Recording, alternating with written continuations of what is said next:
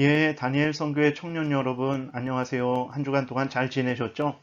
이제 또 얼마 남지 않은 또 여름 수련회를 위해서 기도하고 계신 것을 또 알고 있습니다. 하나님의 은혜 가운데 복된 그러한 여름 수련회 되기를 바랍니다.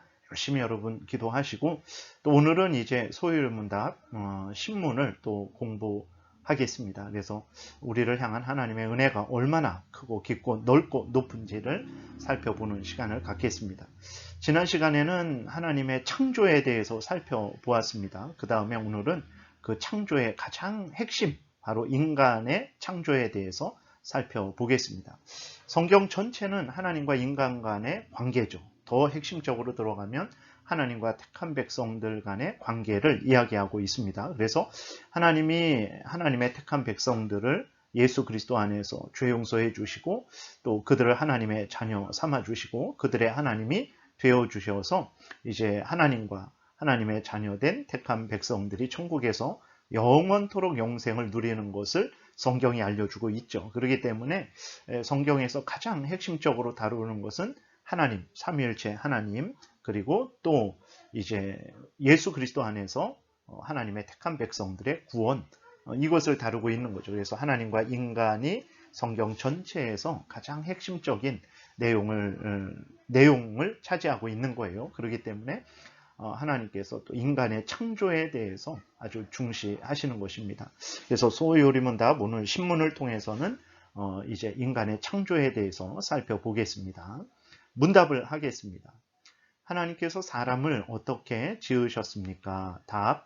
하나님께서 사람을 남자와 여자로 지으시되 자기의 형상대로 지식과 거룩과 의가 있게 지으사 모든 생물을 주관하게 하셨습니다.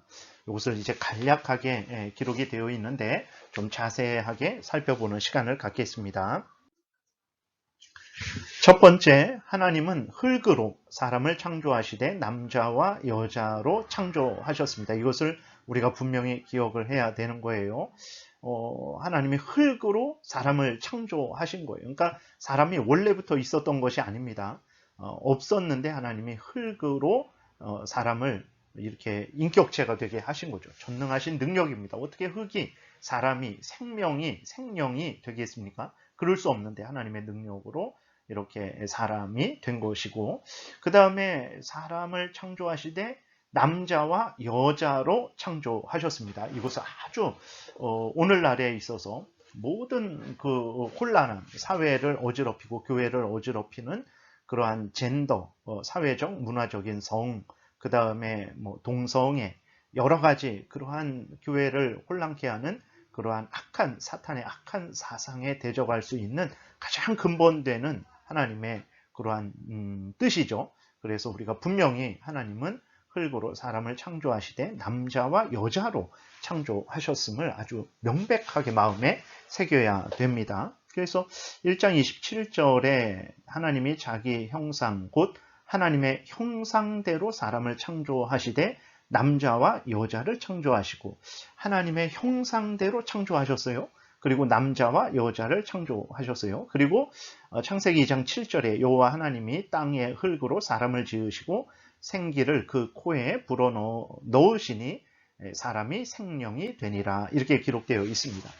2장 7절에서 하나님이 생기를 그 코에 불어넣으셨다. 생기는 이제 생명, 호흡, 숨을 말을 하는 거예요. 그리고 영혼이라고도 해석을 합니다.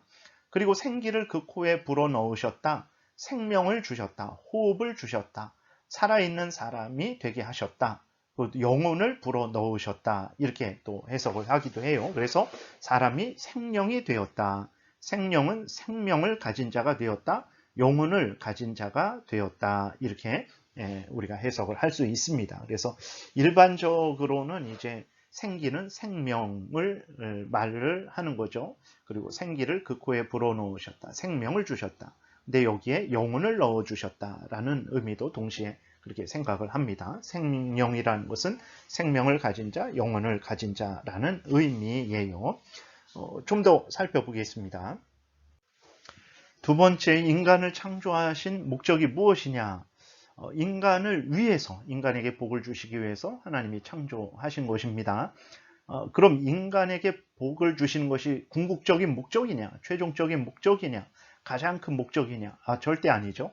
하나님의 영광을 위하는 것이 궁극적인 목적이고 절대적인 목적입니다. 그래서 인간 자신을 위해서, 그건 작은 목적이죠. 인간을 창조하셨을 때 인간을 복되게 하시는 것. 근데 이 모든 것들을 통해서 하나님의 영광을 드러내는 이것이 하나님의 창조의 목적이라는 것을 늘 잊지 말아야 됩니다. 그래서 인간이 하나님의 영광을 위할 때 자신이 가장 복되게 되는 거예요. 그래서 우리 그리스도인들이 종종 나는 무엇인가? 하나님을 위해서 살아야 되는 존재인가?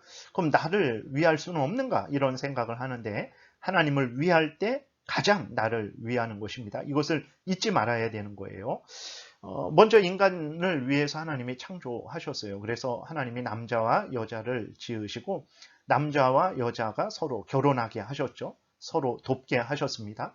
자손을 낳아 번성하게 하셨어요. 이것은 일반적으로도 그렇고 교회에 특별히 믿음의 그러한 사람들이 믿는 자들과 함께 결혼해서 거룩한 자손을 출생하고 그들을 통해서 또 교회가 번성케 하시려고 하나님이 그 목적으로 인간을 남자와 여자로 창조하신 것이고 또 음행을 방지하기 위한 목적으로 남자와 여자를 창조하셨다는 것을 우리가 기억해야 됩니다. 그래서 창세기 2장 18절에 여호와 하나님이 이르시되 사람이 혼자 사는 것이 좋지 아니하니 내가 그를 위하여 돕는 배필을 지으리라 하시니라. 이렇게 기록이 되어 있어요. 그래서 특별히 여기에서 결혼에 대해서 좀 이렇게 잠깐 우리가 살펴보고자 합니다. 앞에서 말씀드린 대로 하나님이 남자와 여자로 창조하신 것은 결혼을 하게 하시기 위해서 그렇게 창조하신 것이라는 것을 우리가 잊지 말아야 됩니다. 그래서 결혼이 하나님의 뜻인 거예요. 그래서 한 남자와 한 여자를 인정하는 것, 이것이 가장 근본적인 것이고 한 남자와 한 여자는 반드시 결혼을 해야 되는 것입니다. 근데 오늘날에 이제 앞에서도 잠깐 언급드렸지만 한 남자와 한 여자, 남성과 여성으로 하나님이 창조하셨다라는 것을 부인하고 남성과 여성만 있는 것이 아니라 제3의 성이 있다. 그게 무엇입니까? 사회적, 문화적인 성인, 젠더라는 거죠. 내가 어떻게 느끼냐가 나의 정체성을 이렇게 결정하는 거죠. 만약 제가 아침에 좀 몸도 힘들고 어렵고 그렇게 되니까 약간 여자같이 느꼈어요. 그러면 저는 여성이 되는 거예요. 그렇게. 그 다음에 그러면 이제 여자 화장실에 여자 목욕탕에도 들어갈 수 있게 되는 것입니다. 그 다음에 점심 때 밥을 먹고 좀 힘이 나니까 이제는 남자로 느껴지는 거예요. 그럼 또 나는 남성이 되는 거예요. 그 다음에 밤이 되니까 상당히 이렇게 마음도 차분해지고 그때는 또 여성같이 또 이렇게 느껴지게 되면 또 여성이 되는 것입니다. 이게 젠더죠. 그래서 그 젠더의 그 성의 숫자를 정확하게 규정하지를 못합니다. 막 50여 개 이상이 되는 그러한 성, 아침에 남자였다, 점심 때 여자였다, 저녁 때 남자였대, 막 이렇게 수시로 바꿀 수도 있는 거예요. 내가 느끼기에 따라서, 사회적으로, 문화적으로 내가 느끼기에 따라서 이제 그 성이 결정되는 거죠. 그것은 하나님의 창조 질서를 어기는 것입니다. 앞에서 말씀드렸듯이 하나님이 인간을 남자와 여자로 창조하신 것은 인간을 위하는 거예요. 근데 그러한 남성과 여성의 창조를 부인하고 인간들이 사회적, 문화적인 성인, 젠더를 주장할 때 그것이 인간을 위하는 것이다. 소수자를 위하는 것이다. 모두가 잘 살기 위한 유일한 방법이다. 이렇게 말을 하지만 거짓말입니다. 하나님의 창조를 따를 때 모두가 잘 산다라는 것을 우리가 아주 명심을 해야 되는 것입니다. 그 다음에 또 하나는 한 남자와 한 여자로 창조하신 것은 결혼하게 하시기 위해서 한 남자와 한 여자로 창조하신 것입니다. 그래서 결혼은 반드시 이제 해야 되는 거예요. 특별히 하나님으로부터 결혼하지 않아도 되는 그러한 은사를 받은 자들이 있습니다. 그러한 자들을 제외하고는 반드시 결혼을 해야 되는 거예요. 그래서 결혼을 하지 않아도 된다라고 주장하는 사람들, 특별히 하나님을 위해서 온전히 내 한 몸을 바치기 위해서 결혼을 하지 않겠다라고 주장하는 로마 카톨릭 같은 경우는 그것은 전혀 성경에 없는 말이고 디모데전서 4장 1절에 보게 되면 하나님께서 뭐라고 책망을 하시냐면 그것은 이제 미혹하는 영과 귀신의 가르침을 따르는 것이다. 사탄 마귀의 괴계를 따르는 것이다. 이렇게 하나님이 책망하고 있어요. 디모데전서 4장 1절에 보게 되니까 그러나 성령이 밝히 말씀하시기를 후일에 어떤 사람들이 믿음에서 떠나 미혹하는 영과 귀신의 가르침을 따르리라 하셨으니 자기 양심이 화인을 맞아서 외식함으로 거짓말하는 자들이라. 혼인을 금하고 어떤 음식물은 먹지 말라고 할 터이나 음식물은 하나님이 지으신 바니 믿는 자들과 진리를 아는 자들이 감사함으로 받을 것이니라. 이렇게 기록이 되어 있습니다. 그러니까 하나님이 정하신 질서를 어기고 자기들 나름대로 하나님을 위한다고 하지만 하나님이 정하신 질서를 따르지 않고 하나님이 정하신 법칙을 따르지 않고 자신들 나름대로 그렇게 따르는 것, 그것을 뭐라고 하나님이 말씀하십니까? 잘한다, 칭찬하시는 것이 아니라 미혹하는 영과 귀신의 가르침을 따르는 것이다. 사탄 마귀의 괴계를 따르는 것이다 라고 책망을 하고 있습니다. 그래서 반드시 결혼을 해야 되는 거예요. 그럼 왜 결혼을 못하는 상황이 됩니까? 오늘날에 보게 되면 그 딩크족이라고 있잖아요. 벌써 이렇게 딩크족이 유행했던 적이 꽤 오래 전의 일인데 한 20년 됐나요? 10년 전, 20년 전 그 정도 이렇게 됐죠.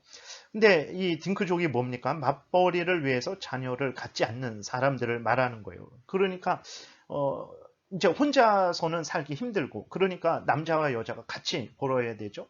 그렇게 되면 아이를 키울 수가 없게 되는 거죠. 그러니까 아이를 낳지 않고 그냥 맞벌이 하면서 둘이 부부가 살아가는 것을 말을 하는 것입니다.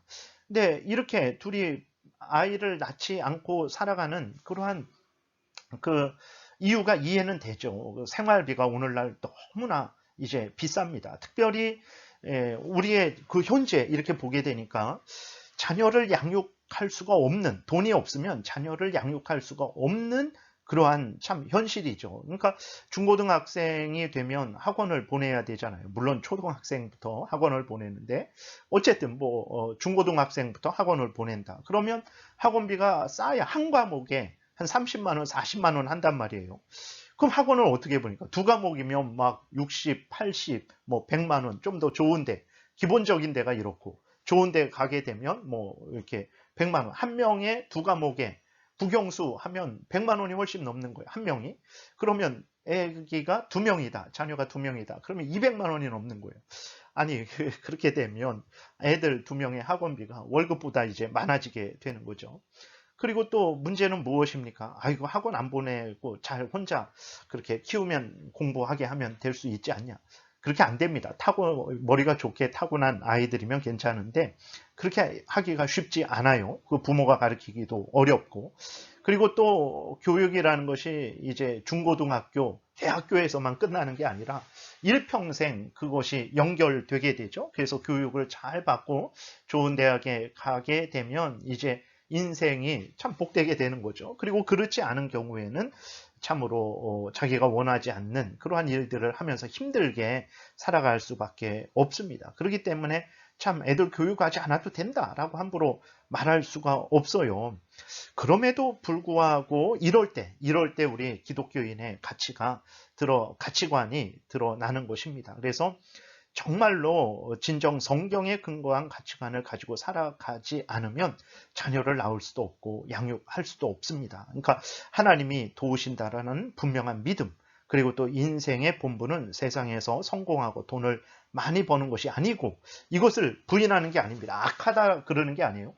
성공할 수도 있고 돈을 많이 벌 수도 있고 그렇지 않을 수도 있는 거예요. 근데 이렇든 저렇든 간에 인생의 본분은 하나님을 영화롭게 하고 영원토록 하나님을 즐거워하는 것이다 라는 이 믿음, 분명한 믿음이 없으면, 이 믿음이, 이 성경의 가치관이 그 사람을 지배하지 못하면 절대로 이제 자신 스스로 인생을 기쁘게 살아갈 수 없고, 또 자녀를 낳아서 그렇게 이 험한 세상에서 돈이 없으면 살 수 없는 세상에서 자녀를 양육할 수가 없죠. 그렇게 되니까 자녀를 낳지 못하는 거예요. 그리스도인인데도 불구하고. 그래서 참 현실만 탓하다가 언제까지 우리가 현실만 원망하고 불평하겠습니까? 이러한 환경 속에서도 우리가 살아가야 되는데 어떻게 살아갈 수 있을까? 그것은 성경에서 말하는 것을 분명하게 믿고 우리가 그래야만 살아갈 수 있는 거죠. 하나님이 반드시 나를 도우실 것이다. 내 자녀를 반드시 도우실 것이다. 그리고 인생의 본분은 그 사람이 세상적으로 성공하든 성공하지 않든, 돈이 많든 돈이 없어서 힘들고 어려운 인생을 살아가든, 그것보다도 더 근본적인 목적은 하나님을 영화롭게 하는 것이다. 그것을 이루고 이 땅에서 살아간다면 그는 복받은 자다. 이러한 분명한 믿음이 있을 때에만 이제 힘들고 어려운 현실 속에서 결혼을 하게 되고 자녀를 낳을 수 있게 되는 거예요. 그래서 우리 다니엘 성교회 청년 여러분, 참 이 땅에 살지만 이 세 속에 물들지 말아야 되고, 하나님의 그 말씀을 온전히 믿고 따라 살아가시기 바랍니다. 그래야 여러분들 결혼할 수 있고, 결혼함으로 말미암아 하나님이 허락하신 그 결혼 안에서의 기쁨을 누릴 수 있고, 그 다음에 정말 이 세상에 기여를 하는 거죠. 그 다음에 교회의 거룩한 자손의 번성을 기여할 수 있게 되는 것입니다. 그리고 또 사탄 마귀는 이러저러한 그러한 유혹으로 결혼을 하지 못하게 하죠. 왜 그렇습니까? 결혼은 하나님의 명령인데 결혼하지 않는 것이 이제 하나님의 명령을 거역하게 되는 거죠. 결혼하지 않고 하나님의 영광을 위해 하겠다. 하나님의 명령을 거역하면서 하나님의 영광을 위해 하겠다. 그 이상한 거죠. 이게 속는 거예요. 그 다음에 인류의 번성이 멈추게 되죠. 그 다음에 앞에서 말한 대로 교회가 어떻게 번성하게 되냐면 전도를 통해서 번성합니다. 근데 전도만을 통해서 번성하지 못합니다. 처음에 그 복음이 들어왔을 때에는 이제 전도를 통해서 믿지 않던 사람들이 많이 교회에 모이게 되죠. 근데 어느 정도 복음이 증거된 이후로는 어떻게 번성하게 되냐면 믿는 사람들이 낳은 자녀들, 그들을 우리는 하나님의 택한 백성으로 봅니다. 그래서 그 믿음의 자녀들이 대를 이어서 그 교회에 번성하게 되는 거예요. 그리고 이제 부모에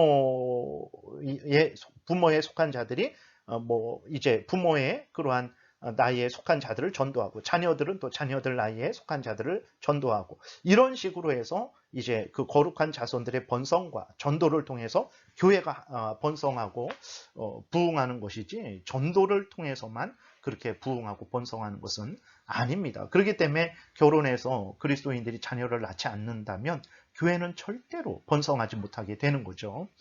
그러한 것들을 알기 때문에 악한 사탄 마귀가 아주 끊임없이 교묘하게 결혼을 하지 못하게 하는 것입니다. 그 다음에 또 하나, 인간은 성적인 욕구가 있어요. 이 성적인 욕구를 어떻게 해결을 하겠습니까?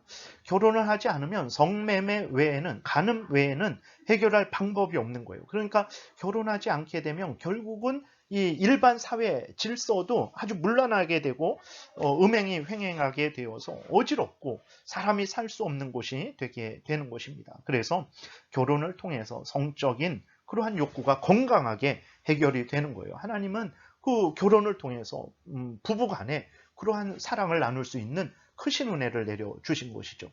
그런데 결혼을 하지 않게 되면 결혼 외에 합법적인 결혼 안에서 행해지지 않는 모든 것들은 음행이 되는 것이고 하나님 앞에 죄가 된다는 것을 우리가 기억을 해야 되는 것입니다. 그래서 결혼하지 않는 것이 이렇게 큰 문제를 이제 초래하는 거죠. 그 다음에 동성결혼은 어떤가? 말도 안 되는 거죠. 하나님이 앞에서도 계속 말씀드렸습니다. 남자와 여자로 창조하셨다 그랬어요. 한 남자와 한 여자가 결혼하게 하신 것입니다. 동성결혼은 창조 질서, 결혼이라는 말을 하는데 동성이라는 말을 붙여서 성경과 다른 결혼을 인간들이 만들어낸 거예요. 하나님의 질서를 따를 때가 가장 복되지, 인간들이 스스로 만들어낸 질서를 따를 때는 모두에게 재앙이 된다는 것을 우리가 기억을 해야 되는 것입니다. 동성결혼은 결혼이라는 말을 붙였지만 결혼이 아닙니다. 그것은 죄입니다. 성경에 없는 거예요. 없는 것을 마치 있는 하나님이 제정하신 결혼처럼 이렇게 속여서 말을 하는 거죠. 우리가 조심해야 되겠습니다. 그 다음에 하나님의 영광을 위해서 창조하셨어요. 사람을 창조하신 것은 사람으로 하여금 하나님을 경외하고 하나님의 뜻을 따라서 하나님의 영광을 드러내게 하시려는 목적으로 창조하신 것임을 우리가 기억해야 됩니다. 문장이 좀 이상하게 되어 있는데 더 이렇게 더하고 빼다가 이상하게 문장이 됐습니다.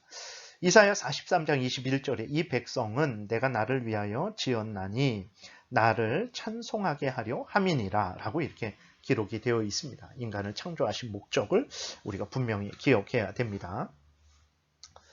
그 다음에는 이제 인간이 하나님의 형상대로 지음받았다라는 것에 대해서 기록이 되어 그걸 공부를 하려고 하는데 시간이 벌써 20분이 되었습니다. 너무 길어지면 여러분들도 지루할까봐 오늘은 여기까지 이렇게 또 공부하겠습니다. 그래서 여러분, 하나님이 인간을 창조하신 것, 인간에게 가장 복된 은혜를 내려주시기 위해서 그래요. 그래서 하나님이 창조하신 그 질서를 따를 때 인간이 가장 복됩니다. 한 남자와 한 여자를 인정하고 한 남자와 한 여자가 결혼을 하는 것, 그래야 서로 행복하고 또 결혼해서 서로 돕는 것, 옛날처럼 뭐 이렇게 가부장적으로 해서 남존 여비 해갖고 아주 남자들이 힘이 있다고 여자들을 지배하고 그렇게 하는 것은 하나님의 뜻이 아닙니다. 물론 여자가 남자와 같이 되는 것도 그건 아니죠. 남자는 남자로, 여자는 여자로 서로 인정하고 서로 존중하고 서로 돕는 것, 그것을 위해서 또 하나님이 결혼 제도를 창조하신 거예요. 그래서 남편은 남편으로, 아내는 아내로서 결혼 생활할 때 참 서로 약한 부분을 돕고 아주 복된 그러한 생활을 할 수 있게 되는 것입니다. 그 다음에 이제 결혼을 통해서 세상의 인류의 번성, 또 하나는 이제 그리스도인들의 결혼을 통해서 거룩한 자손의 그 출생을 통한 교회의 번성, 음행 방지, 이러한 것들이 있는 거예요. 그래서 여러분들 세상 탓하지 마십시오. 세상이 이렇게 힘들고 살기 어려울지라도 하나님이 계시지 않습니까? 세상에서도 자기 먹을 복은 자기가 갖고 태어난다라는 그러한 말도 있잖아요. 근데 우리는 하나님을 믿는 사람들이고 하나님이 우리를 지키시고 보호하신다라는 것을 굳게 믿는 사람들 아닙니까? 물론 현실은 현실입니다. 쉽지 않아요. 하나님을 믿는다고 해서 하나님이 맨날 하늘에서 돈이 떨어지게 하시는 것이 아닙니다. 그러나 하나님은 반드시 우리를 도우세요. 반드시 이 땅에서 하나님의 영광을 위하여 살아가는데 부족함 없도록 일용할 양식을 주실 것입니다. 그래서 다니엘 성교의 청년 여러분들, 힘들고 어려울지라도 하나님을 굳게 믿고 이 땅에서 비록 좀 이렇게 어려운 삶을 살지라도 우리가 하나님을 영화롭게 하고 하나님으로 인해 즐거워하면 우리 인생의 본분을 다 한 것입니다. 그것으로 만족하고 자족하시는 것이, 자족해도 됩니다. 그걸 성경이 말하는 것이기 때문에 그렇습니다. 그래서 두려워하지 마시고 이제 좋은 그러한 그리스도인이 있다면 용기를 내서 또 이렇게 건전하게 교제하시고 또 복된 결혼하시는 여러분들 되시기를 바랍니다. 기도드리겠습니다. 살아계신 하나님, 감사합니다. 하나님, 늘 성경에서 알려주시는 하나님의 뜻을 명확히 우리 마음에 새기게 도와주옵소서. 그러면 악한 사탄 마귀의 괴계에 빠지지 않고 우리는 하나님이 정하신 그 복된 인생을 살아가게 될 줄을 믿습니다. 혼란하고 어지러운 시대, 돈이 전부라고 그렇게 소리치는 시대, 하나님, 이 시대에 우리가 살고 있는데 우리가 정말 하나님 앞에 바로 서게 도우시고 또 열심히 일하면 하나님이 때마다 일마다 도우실 거라는 것을 굳게 믿고 두려워하지 말게 도우시고 또 결혼에 대해서도 또 자녀 양육에 대해서도 소망을 갖고 우리가 살아가게 도우소서. 감사드리고 예수 그리스도의 이름으로 기도드렸습니다. 아멘. 예, 다니엘 성교회 청년 여러분, 또 한 주간 동안 건강하고 평안하게 잘 지내시기 바랍니다.